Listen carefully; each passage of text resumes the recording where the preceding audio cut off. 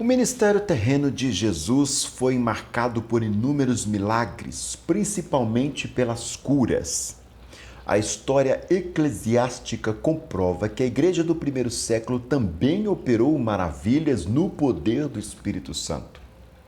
Entre os primeiros cristãos, sobejavam os dons de poder. Se Jesus não mudou e os dons espirituais são para a igreja hoje, por que atualmente não vemos as manifestações dos dons de poder em nosso ambiente com mais frequência? Será falta de conhecimento a respeito de assunto? Ou será por causa do mau uso que alguns fazem das dádivas divinas? Caríssimos e caríssimas, nesta lição estudaremos a respeito dos dons de poder. É isso mesmo, estamos na lição 4 da EBD Adultos. Veremos como eles são necessários para a vida da igreja e se você deseja recebê-los e usá-los para a glória do nome do Senhor, proporcionando a edificação da igreja, busque-o com fé e oração. Bem-vindos! Eu sou o professor Daniel Ramos, estamos na lição 4, Dons de Poder, a respeito da revista Dons Ministeriais ou Dons Espirituais e Ministeriais, servindo a Deus e aos homens com poder extraordinário. Se inscreva em nosso canal para mais lições como essa. O textuário desta lição: a minha palavra e a minha pregação não consistiram em palavras persuasivas de sabedoria humana, mas em demonstração do Espírito e de poder, para que a vossa fé não se apoiasse em sabedoria dos homens, mas no poder de Deus. Verdade prática dessa lição? Os dons de poder são capacitações especiais em situações que demandam a ação sobrenatural do Espírito Santo na vida do crente. Só para frisar, o textuário está baseado em 1 Coríntios capítulo 2, verso 4 e 5, e a leitura bíblica e classe, 1 Coríntios capítulo 12, versos 4 e depois os versos 9 ao 11. Aí você pega ou lê na sua revista ou na sua Bíblia antes de continuar com a lição desta EBD, porque essa lição quer ensinar examinar os objetivos, objetivamente os dons de poder, definir o que significa dom da fé, evidenciar biblicamente os dons de curar e discorrer a respeito do dom de maravilhas. Bora comigo? É isso aí. O primeiro tópico dessa lição, o dom da fé. O autor fundamenta esse primeiro tópico em 1 Coríntios, capítulo 12, verso 9. Na Epístola aos Hebreus, lemos que a fé é o firme fundamento das coisas que se esperam e a prova das coisas que não se veem. Hebreus 11, 1. Esta é a definição bíblica sobre a fé, pois mostra a total confiança e dependência em Deus. Aprendemos no capítulo 11 de Hebreus, conhecido como a galeria dos heróis da fé, que Deus é poderoso para fazer todas as coisas, sendo a nossa fé em Deus fundamentado para as operações divinas entre os homens. Olha que coisa interessante. O autor dá uma pegada a respeito da fé como pilar das operações. Antes de trabalhar quaisquer manifestação, quaisquer dádivas, ele vai fundamentar a sua experiência didático-pedagógica no clímax da fé. Por quê? Irmãos e irmãs, sem fé é impossível qualquer ação dentro da igreja. Eu entrego os dízimos e as ofertas pela fé, eu louvo pela fé, eu leio a palavra, eu escuto a palavra, eu prego a palavra, tudo isso pela fé. Eu louvo pela fé, eu falo em línguas pela fé. E por que os dons espirituais de poder aqui especificamente seriam necessariamente escusos da operação fundamentada na fé? Sem fé é impossível agradar a Deus. Traduzindo isso no bom português, nós poderemos dizer: sem fé É impossível a relação com Deus. Uma experiência espiritual, toda ela, em qualquer religião, é fundamentada pelo quesito chamado fé. Fé é a chave que abre a porta para o mundo espiritual. Se você não crê, você não vai mexer com aquilo. Né? Não, isso não é para mim, não funciona, eu não creio, eu não consigo acreditar. Você não vai mexer, não tem como. Agora, tem que ter fé.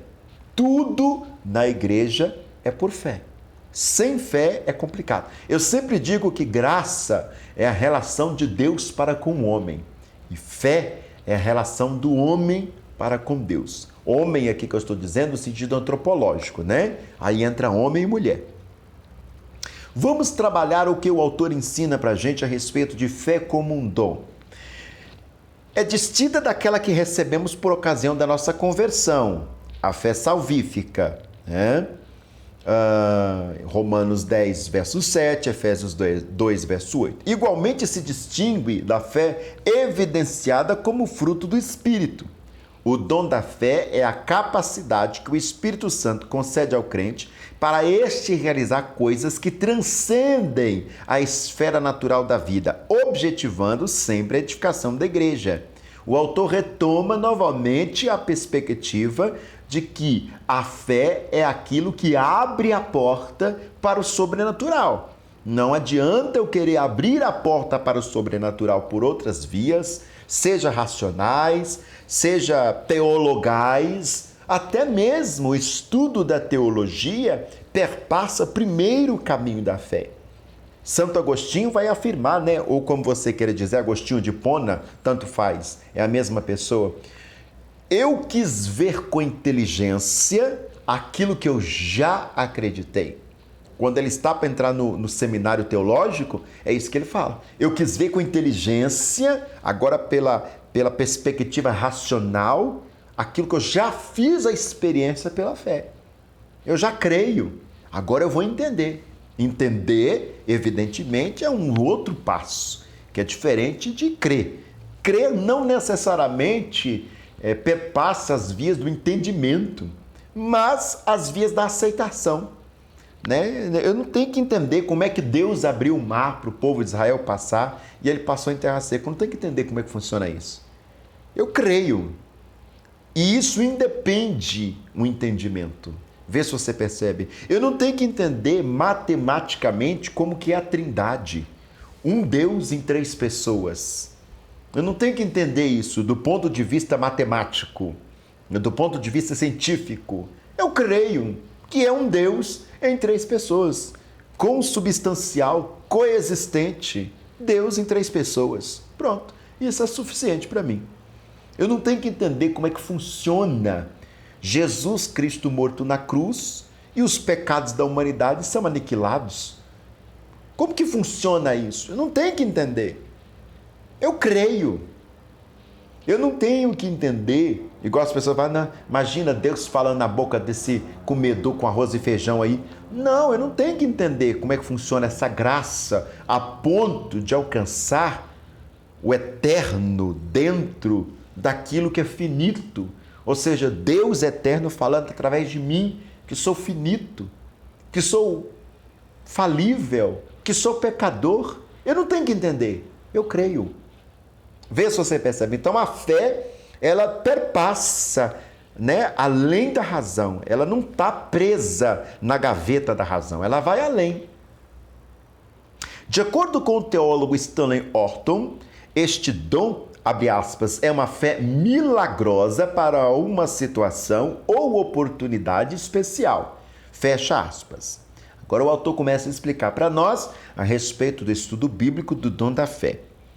Quando guiou o povo de Israel na saída do Egito e se aproximou do Mar Vermelho, já na iminência de ser destruído por Faraó, Moisés disse, abre aspas, não temais, estai quietos e vede o livramento que o Senhor, que hoje vos fará, porque os egípcios, que hoje vistes, nunca mais vereis para sempre. O Senhor pelejará por vós e vós calareis, ou e vos calareis, melhor dizendo, né?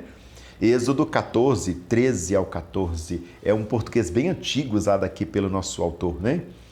Moisés viu pela fé o livramento do Senhor antes de o fato acontecer. E esta é uma boa amostra bíblica do exercício do dom da fé. Lembra que eu expliquei para você? Não necessariamente se pergunta como, mas é uma certeza de que aquilo vai acontecer. Mas como? Como não importa. Como é papel de Deus, é o papel da divindade operar. O papel da humanidade é crer que vai acontecer. Como é possível o Senhor repreender uma enfermidade? Agora mesmo essa pessoa estava diagnosticada com poucos dias para morrer e agora não tem mais nada? Como? Não interessa. Não interessa, porque o milagre não se explica. O milagre se crê. É por isso que você nunca vai ver a minha presença em debate teológico. Eu não gosto de debate teológico. Eu não entendo relevância de debate teológico. Teologia se ensina, teologia se partilha, teologia se comunga. Menos debate. Porque vai ficar eu e você debatendo. Eu concordo com isso, concordo com aquilo, concordo. Tem aluno que manda aqui embaixo do vídeo, eu não concordo com isso. Beleza, você não concorda, tudo bem. Para mim, amanhã fez 2 dias, eu não estou preocupado com isso. É claro que tem aluno que escreve aqui embaixo do vídeo, né? Olha, nessa parte seria melhor pensando assim, ele vai acrescentando. Mas concordo, não gostei, isso eu estou pouco me lixando para isso. Porque não é essa a preocupação de Paulo, não é a preocupação dos discípulos. Aliás, Paulo diz o quê? Ouve tudo, fica com o que é bom. É essa a pegada de Paulo. Ouve tudo, tudo. A divergência apenas enriquece o diálogo. Só isso. Mas nós não vamos ficar aqui debatendo se está certo, está errado, se não está. A síntese do tópico primeiro. O Espírito Santo concede aos crentes o dom da fé para que ele possa realizar coisas que transcendem a esfera natural, visando a edificação da igreja. Traduzindo, a fé é a chave que abre a porta do natural para o espiritual. Sem fé, essa porta não se abre. Aí você pode falar, é a chave, é a senha, o que você quiser. Dentro dessa metodologia, então, Dentro da orientação pedagógica, para não ficar exaustivo, ele coloca aqui 3 diferenciações entre fé salvífica e dom da fé. O que é fé? Fé é o firme fundamento das coisas que se esperam e a prova das coisas que não se veem. Romanos 11:1, que ele já havia dito.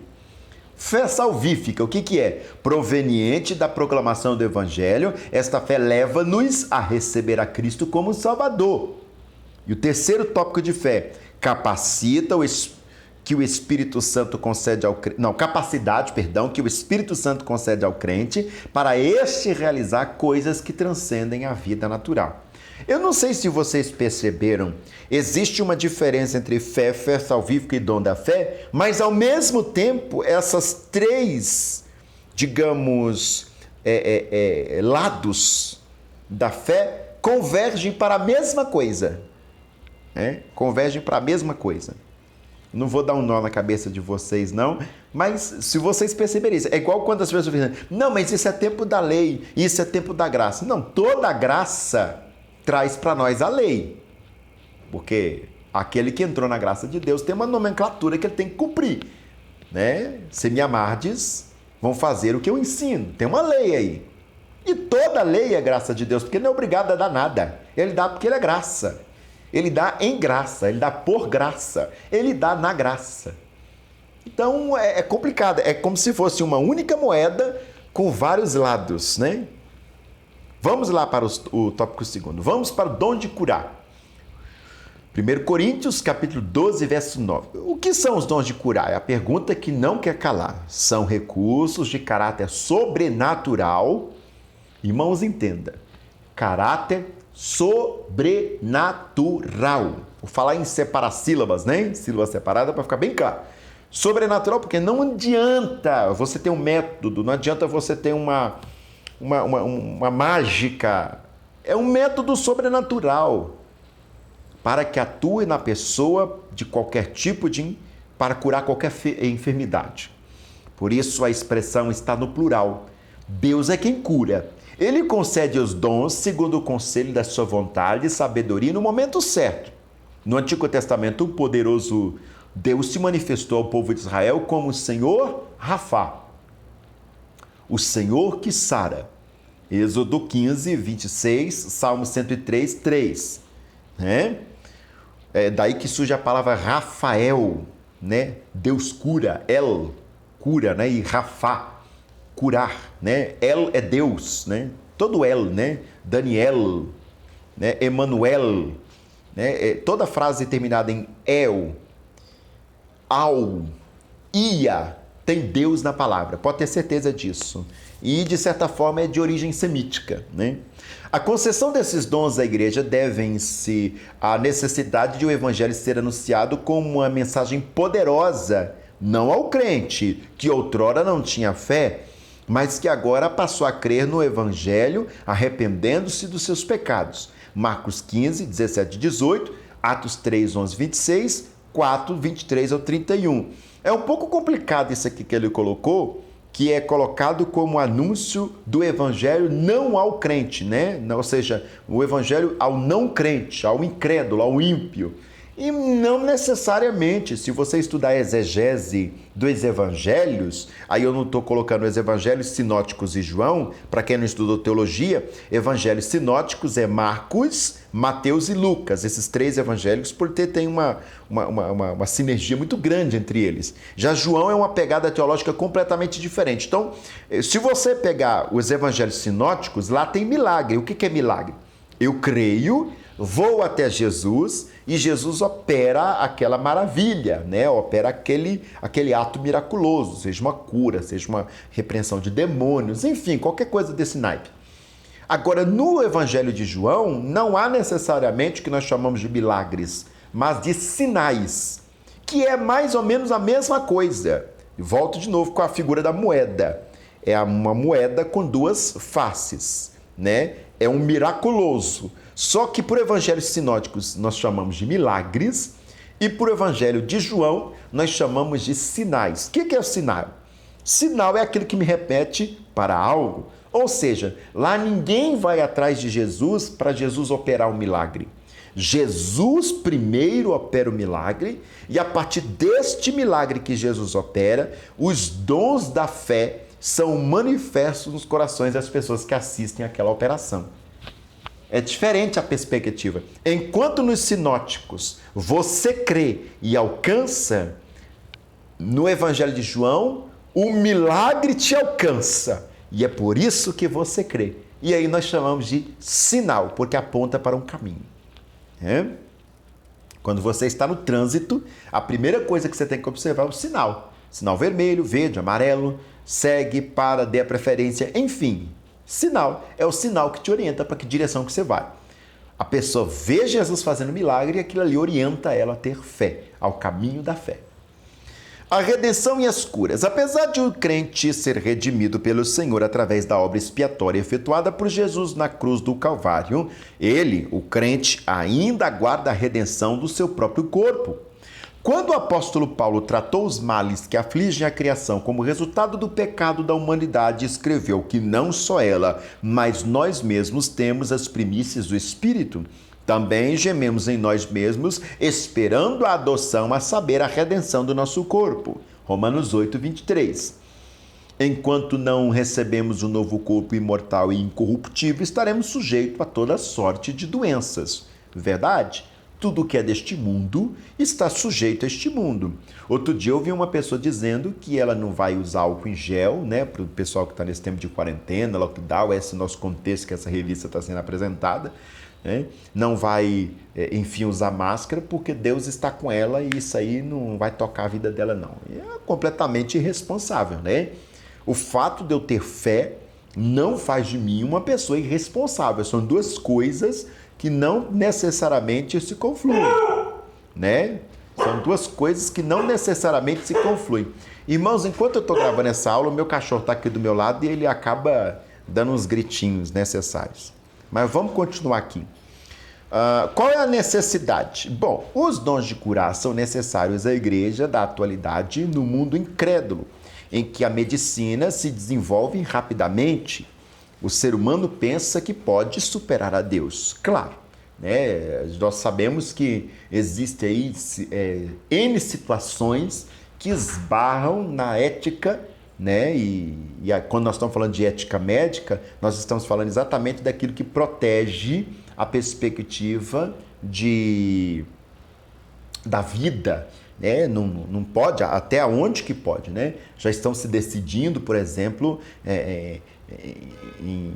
como é que eu falo, gente? Em células, né?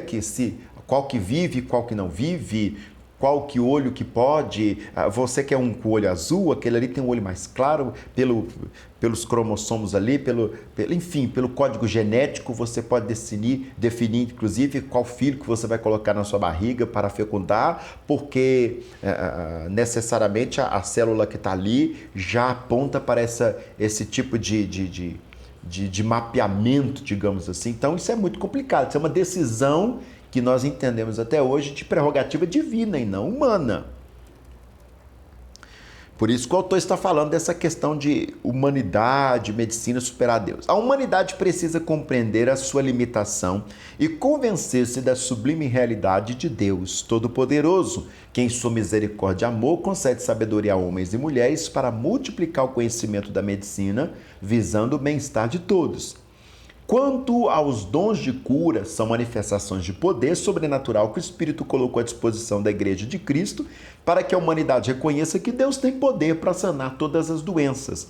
Se você estudar um pouco de latim, você vai ver que a palavra saúde e salvação é uma única palavra nessa língua, que é salus, né? Salus. S-A-L-U-S. Salus. Tanto salvação como saúde. É por isso que o Senhor Jesus olha uma pessoa enferma e declara que ela está perdoada, ela está salva. Porque na cabeça do homem antigo tem essa perspectiva que está presente na língua latina, né? Ele salva curando e cura salvando. Para Jesus é tecnicamente a mesma coisa, né? A síntese desse tópico existe uma variedade de manifestações de dons de cura e sua concessão à igreja deve ser ao fato de que Deus quer dar saúde ao seu povo. É isso aqui que o autor traz para nós. Vamos ver um pouco a respeito do dom de operação de maravilhas. 1 Coríntios, capítulo 12, verso 10. O dom de operação de maravilhas, esse dom realiza obras extraordinárias, além do poder humano. Dom de operação de maravilha. O autor insiste o tempo todo aquilo que parece até clichê na revista, né? Obras extraordinárias, é sobrenatural. Nada disso é natural, nada disso é físico. É tudo extraordinário, é tudo sobrenatural. Parece clichê, mas o autor insiste em dizer isso aqui o tempo todo. E é necessário, evidentemente. O dom de operação de maravilhas atenta para a ordem natural das coisas consideradas impossíveis e impensáveis. Vamos para os exemplos bíblicos. O ministério terreno de Jesus foi marcado pela operação de maravilhas. O bom mestre repreendeu o vento e o mar, e eles logo se aquietaram. Mateus 8, 23 ao 27. O nosso Senhor atestou por muitas vezes o seu poder sobre a natureza criada para a sua glória. João 1,3. Podemos destacar outros exemplos de operação de maravilhas no ministério de Jesus, como a ressurreição do filho da viúva de Naim, Lucas 7, 11 a 17, a ressurreição da filha de Jairo, Marcos 5, 21 a 23, a ressurreição de Lázaro, morto havia 4 dias, João 11, 1 a 45. Só dando um parênteses aqui, essa questão de ressurreição, né, é complexa, porque quem de fato ressurgiu em toda a história é só o Senhor Jesus, porque ressurreição implica a nunca mais morrer. O Senhor Jesus ressurgiu dentre os mortos e nunca mais morreu. Quando a gente coloca a ressurreição do filho da viúva de Naim, ressurreição da filha de Jairo, ressurreição de Lázaro, são um pouco equivocados dentro do pressuposto de que eles morreram novamente. Eles não são eternos. Então, necessariamente, não aconteceu o que nós chamamos de ressurreição. A doutrina da ressurreição, como a doutrina da encarnação, é exclusiva do Filho de Deus. Ah, mas o que aconteceu aqui então? Eles voltaram a viver. Voltaram dos mortos. Estavam mortos, depois voltaram a viver. E depois morreram novamente. Nosso Senhor tem poder sobre a morte, pois para Ele nada é impossível. Lucas 1,37. O nosso Deus não mudou. O autor coloca aqui na nossa lição. O Pai Celestial deu dons à sua igreja, a fim de que ela atue no mundo moderno com poder e graça. Se Deus não mudou, se Ele é o mesmo, logo o que Ele faz é a mesma coisa, evidentemente. Aqui Ele está dando uma alfinetada nos cessacionistas, nos tradicionais, quando eles implicam que os dons cessaram na igreja apostólica, que eram ferramentas de evangelização apenas para a igreja apostólica e não para a igreja atual. E é complexo isso, Se nós servimos ao mesmo Deus, ao mesmo Jesus, que entregou aos seus discípulos o mesmo Espírito, e nós recebemos esse mesmo Espírito, é a mesma fé, o mesmo batismo, por que não as mesmas operações? Não há nenhum versículo bíblico que implica no cessar dos dons. Os dons estão até hoje, a gente vê inúmeros casos em todas as tradições cristãs existentes hoje, de pessoas que receberam inclusive curas miraculosas e a medicina não consegue explicar. Distorção no uso dos dons de curar e de operação de maravilhas. Eu achei que ele não ia tocar nesse assunto, mas ele tocou. Vamos ver. O cristão não tem autorização divina para determinar, decretar ou exigir a cura dos enfermos. Grita essas palavras: determinar, decretar ou exigir. A nossa relação com Deus não se dá em forma de barganha. Quem somos nós para exigir de Deus alguma coisa? Imagina, somos seres humanos limitados. Aí ele já responde, inclusive, com uma exclamação. Se não fosse a graça e a misericórdia de Deus, o que seria de nós? Como discípulos de Cristo, devemos rogar ao Pai, buscando de todo o nosso coração para curar os doentes, pois a palavra de Deus recomenda que oremos pelos enfermos. Tiago 5,14. É verdade, agora eu abro de novo um aspas, que a gente não deve determinar nada, mas a palavra nos dá autorização para ordenar as enfermidades e os espíritos imundos e eles se retirarem. A gente não dá ordem a Deus, mas a gente pode ordenar as enfermidades, que é diferente daquela oração que nada mais faz do que provar a falta de fé. Quando a pessoa chega diante do enfermo e fala: Senhor, faz a sua vontade. Como assim? Você está dando autorização para Deus fazer sua vontade? Ele já não é soberano o suficiente para fazer a vontade, independente que nós os autorizemos ou não? Quando nós oramos pelos enfermos, imporão as mãos sobre os enfermos e os curarão. Isso é taxativo. Nós temos poder sobre as autoridades. Nós temos poder sobre as enfermidades, porque Jesus nos deu esse poder. É muito interessante esse ponto aí. Nem tanto ao mar, nem tanto à terra. Vamos colocar uma ponderação dentro do contexto. A oração do justo pode muito em seus efeitos. Tiago 5,16, independente de ter o dom ou não. Jesus nos ensinou que em seu nome deveríamos impor as mãos sobre os enfermos, que eles seriam curados. Marcos 16,18. Nossa responsabilidade é orar pedindo a cura. Quem sara o enfermo de acordo com a sua soberana vontade é Deus. Você põe as mãos, ministra a cura, mas quem está fazendo é Jesus Cristo, evidentemente. De novo, retoma a perspectiva de fé.